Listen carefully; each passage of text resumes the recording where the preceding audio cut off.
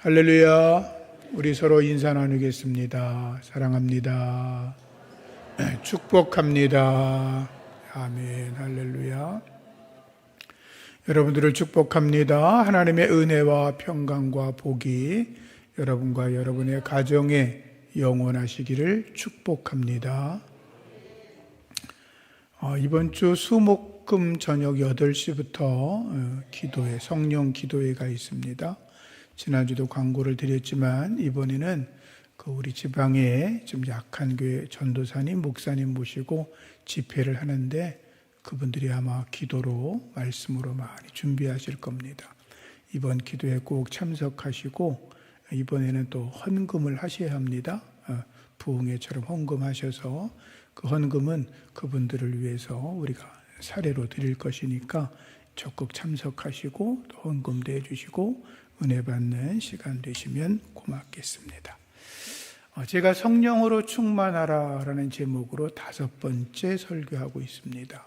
그 전에는 성령을 쫓아 행하라 이런 설교로 말씀을 드렸는데 올 여름 들어와서 9번째 성령 설교를 하고 있고 오늘은 생활 속에서 성령의 은혜를 경험하면서 성령의 충만을 누리는 말씀을 나누려고 합니다. 첫 번째는 믿음 안에서 성령의 은혜를 경험하라 라고 하는 것입니다. 마태복음 15장에 보면 가나안 여자, 수로보니게 여자가 예수님께 나와서 예수님, 내 딸이 흉악히 귀신이 들렸는데 내 딸을 고쳐달라라고 요청을 합니다.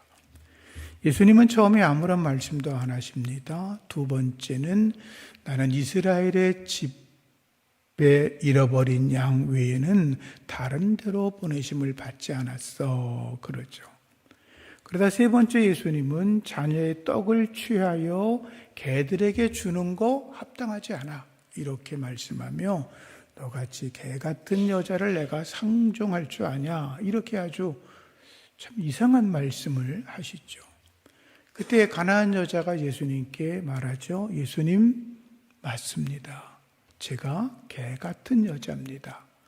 제가 택함 받은 백성이 아니니 하나님의 자녀도 아닙니다. 그런데 개들도 주인의 상에서 떨어지는 음식 찌끄러기 그 부스러기는 먹습니다. 저에게 그런 은혜라도 주십시오라고 요청을 합니다. 예수님께서 그 여인을 보시고 깜짝 놀라십니다. 그리고 말씀하십니다. 여자야, 내 믿음이 크다. 내 소원대로 되리라 라고 말씀하시죠. 흉악히 귀신 들렸던 딸은 그 순간 치료를 받았습니다. 가나안 여자는 예수님을 향한 믿음을 갖고 있었습니다. 그렇지만 우리가 아는 것처럼 가나안 여자는 이방 여자였습니다. 문화적으로 보면 우상을 섬길 수밖에 없었던 여자였습니다. 예수님에 대해서 아는 게 거의 없었고 그냥 소문만 들었습니다. 예수님의 은혜로 구원받은 상태도 아니었고 성령을 경험한 여인도 아니었습니다. 그러나 그녀는 예수님께 간구하면 무엇이든지 들어주신다는 믿음을 가지고 있었습니다. 반드시 이루어진다고 믿었습니다. 예수님께서 부스러기 같은 쓰레기 같은 은혜를 주셔도 내 딸이 나을 거라고 하는 엄청난 믿음을 소유하고 있었습니다. 예수님은 가나안 여인을 향하여 네 믿음이 크다. 네 믿음이 메가톤급이다. 네 믿음이 핵폭탄급이다. 라고 축복하셨습니다.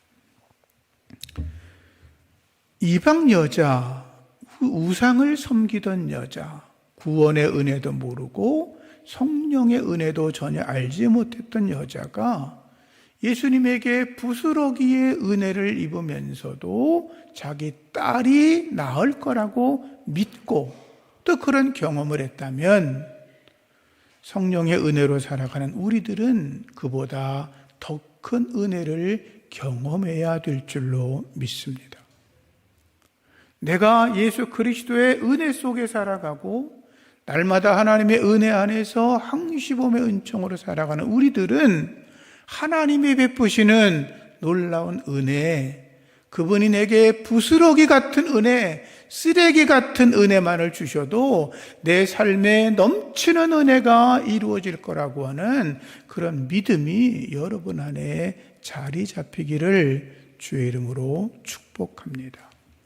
성령님과 날마다 동행하면서 그분의 은혜를 살피시기를 축복합니다. 지난달에 교회 집사님 한 분이 갑자기 온몸에 열이 나면서 위급해서 병원에 실려가셨습니다. 의사와 간호사들 12명이 몸 상태를 보더니 이건 너무나 긴박하다고 해서 중환자실로 보내고 격리 수용을 하였습니다. 의사가 목에다 구멍을 뚫고 관을 집어넣습니다. 의사는 그 환자가 다시 깨어날 거라고 하는 기대를 하지 못했습니다. 그분은 당뇨, 그리고 신장의 염증, 항암을, 암 치료를 2번 했고 항암을 맞고 있었는데 갑자기 코로나가 겹치고 폐혈증이 찾아오면서 생명을 보장받기 어려웠습니다. 아시는 것처럼 폐혈증은 아주 위험한 질병이어서 자칫하면 사망에 이르는 중증 감염이죠. 의사는 남편과 자식들에게 어떻게 될지 모른다고 이야기를 했죠. 급하게 제가 병원으로 찾아가서 기도를 하려고 했지만 환자는 볼 수 없었고 가족들과 함께 기도를 했습니다. 기도하는 중에 남편이 한 번만 살게 해달라고 기도하십니다. 저는 병원에서 나오면서 그분이 살아날 거라고 생각을 못했습니다. 또 하나님 나라에 가시나 보다 이런 생각을 하고 있었는데 2주 전인가 전화가 왔어요. 목에 관을 박아서 살아날지도 모르고 말을 할 수도 없을지도 모른다고 의사가 그랬는데 아주 맑은 목소리로 전화가 왔어요. 너무나 감사해서 눈물이 날 뻔했죠. 지난 월요일 신방을 했어요. 집사님을 뵈니까 이해가 잘 안 됐어요. 너무 건강하신 거예요. 물론 우리처럼 완전한 건강은 아니었지만 안수 기도를 해드리고 말씀을 나누면서 기도 외에는 이런 일이 일어날 수 없다는 말씀으로 은혜를 나누었어요. 남편 권사님이 말씀했어요. 부인이 병원에 입원한 그 다음 날부터 하루도 빠뜨리지 않고 가까운 교회 가서 새벽에 기도하셨대요. 하나님 사랑하는 내 아내를 한 번만 살려주세요 라고 기도하셨대요. 그런데 하나님의 살아계심을 경험했다고 하시면서 나 같은 죄인의 기도도 하나님이 들어주셨다. 정말로 하나님이 살아계시더라. 이렇게 간증을 하셨어요. 그렇죠? 사람은 누구나 위급한 상황에 빠지면 기도하게 돼요. 물론 좋을 때도 기도하는 분이 계시죠. 그런데 그분은 이렇게 말씀하신 거죠. 하나님이 자기 기도를 들어줄 거라고 기대를 못했던 거죠, 평상시에는. 그런데 아내의 아픔 때문에 기도하다가 하나님의 살아계심을 경험하고 하나님이 나 같은 죄인에게도 은혜를 베푸신다는 걸 경험한 거죠. 사랑하는 성도님들, 생활 속에서 믿음으로 나아가 하나님의 성령의 은혜를 경험할 수 있기를 축복합니다. 2번째는 우리가 경제적인 생활에서 하나님의 성령의 은혜를 경험하셔야 합니다. 오늘을 살아가는 사람들은 옛날에 비해서 모든 것이 다 풍요하고 넉넉한 생활을 하고 있습니다. 그런데 거의 모든 사람들이 입에서 똑같이 하는 말이 뭐냐 하면 힘들다라고 하는 겁니다. 경제적으로 힘들어요 라고 말을 하죠. 그래도 쉬는 날이나 식당이나 이런 데 가면 사람들로 인산인해를 이루죠. 그래도 어렵다라고 말을 합니다. 그럴 수 있죠.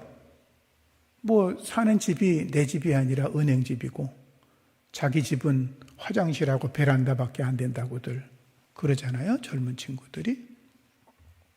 그런데 전도 폭발로 유명한 제임스 케네디라고 하는 목사님이 계시는데 그분이 경제적 두려움에서 자유라는 책을 쓰셨어요. 그 책 안에 이런 글이 있어요. 성도들이 경제적 두려움에서 벗어나 자유함을 얻는 비결이 있는데 그것은 하나님이 약속하신 11조의 복을 받는 것이라고 말했어요. 우리가 11조의 축복 그러면 말라기서 말씀이 생각나지요? 구약에 11조에 관한 말씀이 많이 있지만 가장 많이 인용되는 건 말라기 3장 8절로 10절이죠. 사람이 어찌하여 하나님의 것을 도둑질하느냐? 그러나 너희는 나의 것을 도둑질하고도 우리가 어떻게 주의 것을 도둑질했단 말입니까? 라고 말한다고 합니다. 그것은 바로 11조와 헌물을 드리지 않는 것, 그것이 바로 하나님의 것을 도둑질하는 거다 이렇게 말씀하죠. 그러면서 하나님은 너희와 온 나라가 나의 것을 도둑질했기 때문에 너희가 저주를 받았다라고 말씀합니다. 만군의 여호와가 이르노라 너희의 온전한 11조를 창고에 들여 나의 집에 양식이 있게 하고 그것으로 나를 시험하여 내가 하늘의 문을 열고 너희에게 복을 쌓을 곳이 없도록 붙지 아니하나 보라 이 말씀이죠. 하나님의 말씀을 믿는다면 하나님께 11조를 드려서 하나님을 시험해 봐도 좋다는 것입니다. 그러면 하나님께서 하늘문을 여시고 복을 넘치도록 주시는지 아닌지를 확인할 수 있다라는 것입니다. 제임스 케네디 목사님은 11조는 사실 경제적인 문제가 아니라 믿음의 문제라고 이야기를 합니다. 하나님께서 복을 주시겠다는 말씀을 믿으면 그 믿는 자는 11조를 할 수 있는 것이고 하나님의 말씀을 믿지 못하면 11조를 드리지 못하는 것이고 하나님 말씀을 듣고 정직하게 11조 하는 자들은 하나님이 약속한 경제적인 축복을 경험한다라고 이야기를 했죠. 그러니까 믿음이 없으면 헌금은 자기 생각에 따라서 적당히 드리고 마는 거라는 거죠. 조영기 목사님도 예수님께서 11조를 말씀하셨으니 11조 하는 것이 옳다라고 하셨죠. 성경 이야기니까 누가복음 11장에 있는 말씀을 들면서 화 있을진저 너희 바리새인들아 너희가 박하와 운향과 모든 채소의 11조는 드리되 공의와 하나님에 대한 사랑을 버리는도다. 그러나 이것도 행하고 저것도 버리지 말지니라 라고 말씀하셨습니다. 11조와 헌물도 하나님께 드려야 되고 하나님 안에서 너희가 공의로운 삶, 하나님의 사랑을 실천하는 것도 마땅히 행해야 된다. 이게 주님의 말씀이지요. 어떤 사람들은 말합니다. 11조는 구약의 가르침이지 신약의 가르침이 아니다 라고 말하는 사람도 있습니다. 그러나 주님은 분명하게 말씀하십니다. 11조도 행하고 공의와 사랑도 행하라. 예수님 말씀을 안 지키는 거 그건 믿음이 아니죠. 하나님의 말씀을 자기 입맛대로 해석하는 것은 잘못된 것입니다. 사람들이 헌금 얘기 나올 때 꼭 들고 나오는 얘기 중에 하나가 이겁니다. 각각 그 마음에 정한 대로 할 것이요 인색함으로나 억지로나 하지 말라. 하나님은 즐겨내는 자를 사랑하신다. 그 말씀 속에 앞에 있는 얘기를 합니다. 마음에 정한 대로 하면 되지요. 틀린 말 아니에요. 그런데 이 말씀은 성경을 잘 보시면 고린도후서 9장의 말씀은 이것은 고린도 교인들에게 예루살렘을 위한 구제 헌금에 관한 말이에요. 그래서 너희가 구제 헌금할 때 마음에 정한 대로 해라. 그런데 적게 심는 자는 적게 거두고 많이 심는 자는 많이 거두니 이왕이면 많이 구제 헌금을 해라, 그 말이에요. 그래서 하나님 앞에 우리가 11조뿐만 아니라 각종 예물을 드릴 때 자원함으로 기쁨으로 드리라는 말씀이지, 그것을 11조를 너희가 마음에 대충 드리라는 그런 말씀이 아니라는 거죠. 성경에는 물질에 관한 말씀이 많이 있습니다. 왜냐하면 우리 삶에 가장 필수적으로 접하는 게 물질과 돈에 관한 얘기 아닙니까?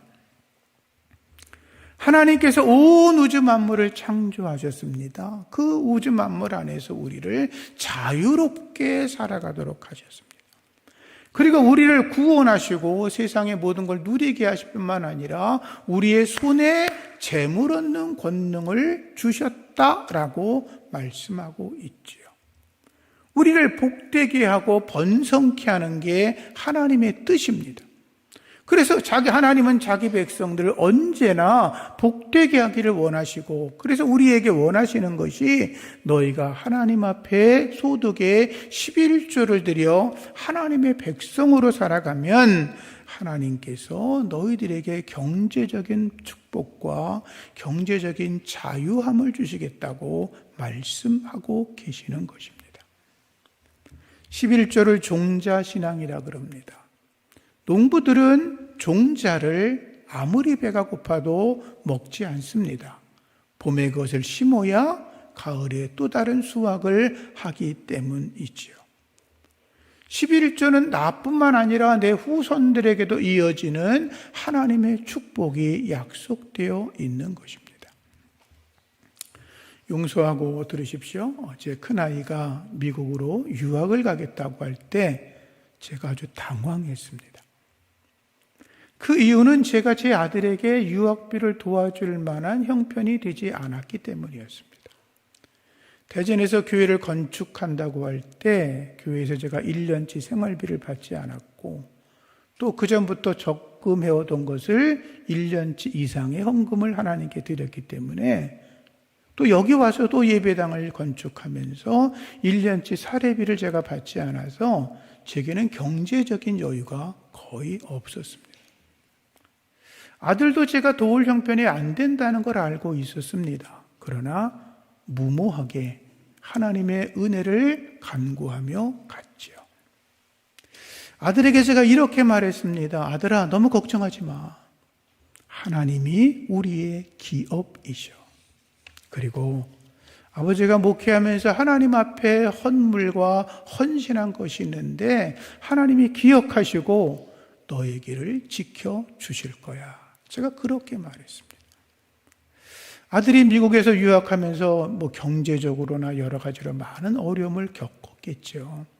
근데 저에게 힘든다는 얘기를 거의 안 했습니다. 그런데 놀라운 것은 하나님께서 어려움이 있을 때마다, 문제가 있을 때마다 하나님이 그것을 극복하게 하는 능력을 주셨고, 하나님이 공급하시는 은혜로, 정말로 놀라운 은혜로 구약학 박사학위를 받게 되었고, 지금은 명지대학에서 교목으로, 수정교회에서 교육목사로, 그리고 한국 구약학계의 일원으로 섬기고 있습니다. 제 아들을 자랑하는 게 아니라 우리가 함께 가족이 모이면 늘 하는 말이 그겁니다. 맞아. 하나님의 은혜였어요. 우리의 힘과 능력으로 된 게 아니라 모든 게 다 하나님이 그때그때마다 여시는 그 손길에 감사할 뿐이다 라고 이야기를 하죠. 여러분, 11조를 제2의 회심이라고도 말합니다. 그리고 요한에셀레는 주머니를 회개해야 완전한 회개, 참된 회개를 한 것이라고 말합니다.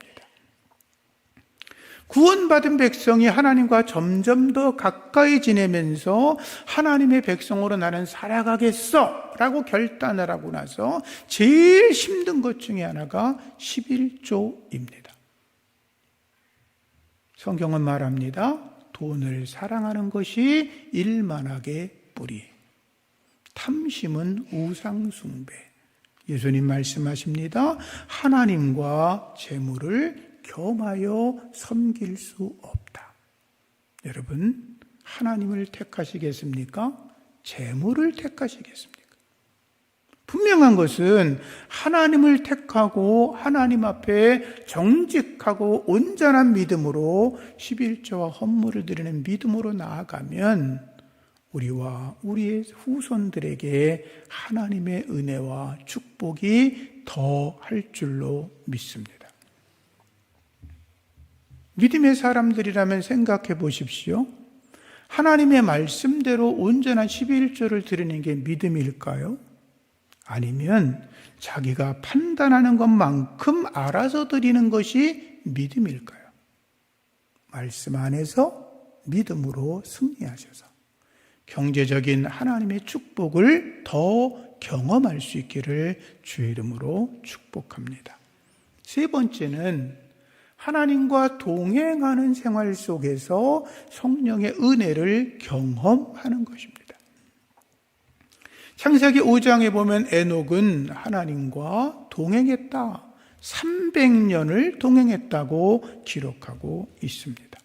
그래서 하나님이 데려가셨다라고 되어 있죠. 에녹은 대단한 사람이 아니었습니다. 성경을 보면 아브라함의 이야기 엄청나게 많습니다. 요셉의 이야기 엄청나게 많은 분량이 있습니다. 엘리야, 엘리사, 신약으로 말하면 베드로, 요한 이런 얘기가 성경에 가득 담겨 있는데 에녹에 관한 정보는 하나입니다. 하나님과 300년 동안 동행했다. 그리고 특별한 얘기가 없습니다.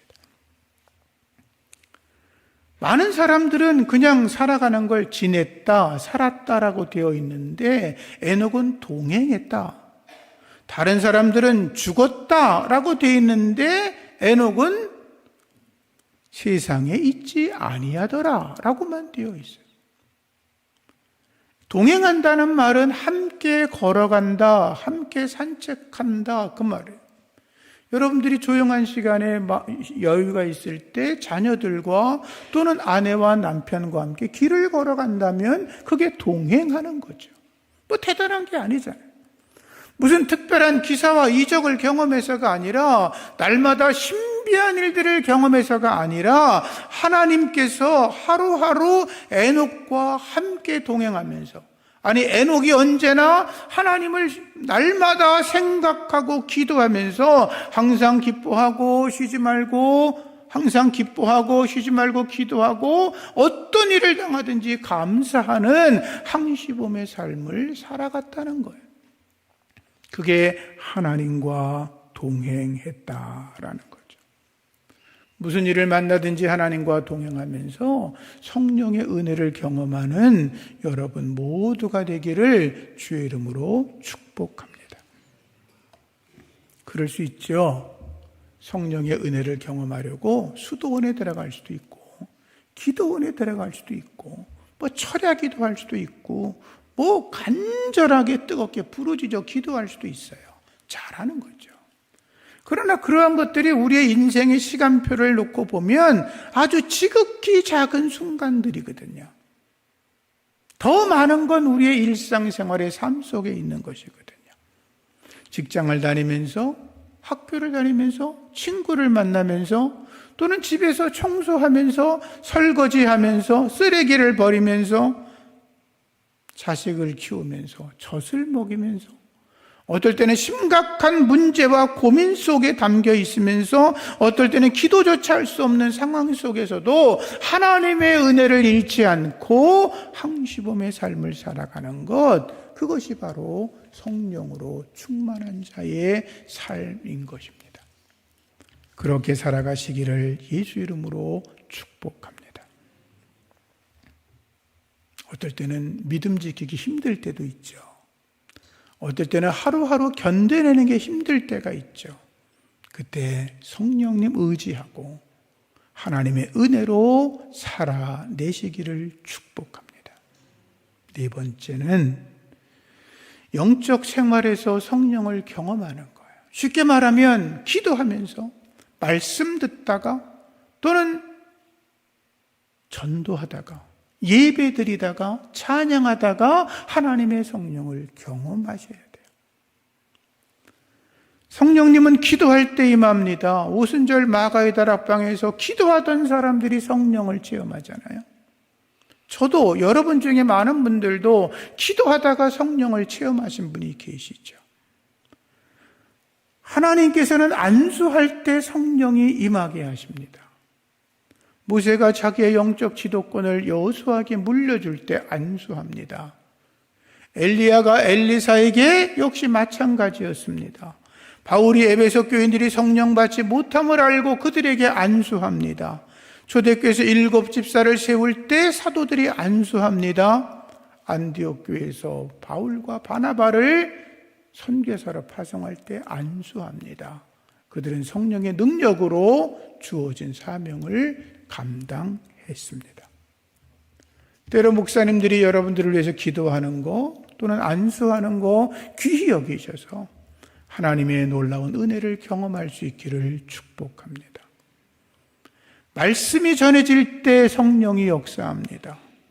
베드로가 백부장 고넬료의 초청을 받아 모여있는 사람들에게 십자가와 부활을 증거합니다. 근데 그 순간에 성령이 그들에게 임하였고 그 성령이 임한 걸 보고 베드로가 그들에게 세례를 베풉니다. 여러분, 하나님의 말씀이 지금 전해질 때 성령이 역사하는 줄로 믿으시고 하나님의 말씀을 아멘으로 받으시기를 축복합니다. 말씀을 사모해야 합니다. 꿀송이 같은 말씀을 먹어야 합니다. 생명의 말씀을 묵상해야 합니다. 하나님의 말씀을 마음판에 새겨야 합니다. 세상적으로 말하면 하나님의 말씀이 피가 되고 살이 되게 해야 합니다. 그래야 성령으로 충만하게 살아가는 것입니다. 전도할 때 성령이 능력으로 임하십니다. 베드로가 입을 열어 예수의 죽음과 부활을 증거하니까 3,000명이나 예수 믿고 돌아오는 기적이 일어납니다. 사도들이 복음을 전하는 현장에서 병든 자가 고침을 받고 귀신이 도망가고 심지어 죽은 자도 살아나는 기적이 일어납니다. 내가 입을 닫고 가만히 있으면 아무 일도 일어나지 않습니다. 방 안에 가만히 있으면 아무 일도 일어나지 않습니다. 전도하는 현장에서 하나님의 기사와 이적이 나타나는 줄로 믿습니다. 하나님은 모든 자들을 구원하기를 원하시잖아요. 여러분들을 통해서도 누군가를 구원하기를 원하시잖아요. 전도 현장에서 하나님의 성령의 능력을 경험할 수 있기를 축복합니다.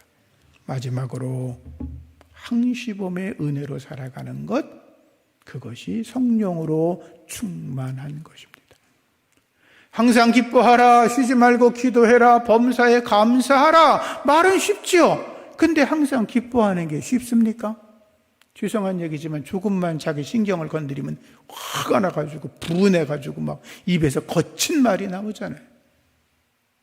조금만 문제가 있으면 하나님이 나만 갖고 그러냐고 그러면서 기도도 안 하잖아요.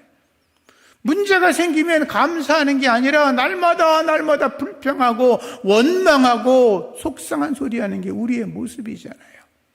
항상 기뻐하는 거, 쉬지 말고 기도하는 거, 범사에 감사하는 거 쉬운 거 아니에요. 그런데 의지적으로 그렇게 살아가도록 노력하는 것, 그렇게 살아내는 것, 그게 성령으로 충만한 거죠. 다시 말씀드립니다. 항상 기뻐하라, 쉬지 말고 기도해라, 범사에 감사하라. 이것은 너희를 향하신, 그리스도 예수 안에서 너희를 향하신 하나님의 뜻입니다. 그렇게 살아가시기를 축복합니다. 바울은 빌립보에서 이렇게 또 말하죠. 빌립보서에서 이렇게 또 말하죠. 주 안에서 항상 기뻐하라. 내가 다시 말하노니 기뻐해라. 너희 관용을 모든 사람에게 나타내라. 주께서 가까우심이니라. 아무것도 염려하지 마라. 다만 모든 일에 기도와 간구로 너희 구할 것을 감사함으로 하나님께 아뢰라. 그리하면 모든 지각에 뛰어난 하나님의 평강이 너희의 마음과 생각을 지키신다. 하나님의 평강이라는 말은 하나님의 마음과 내 마음이 하나가 된다는 거예요.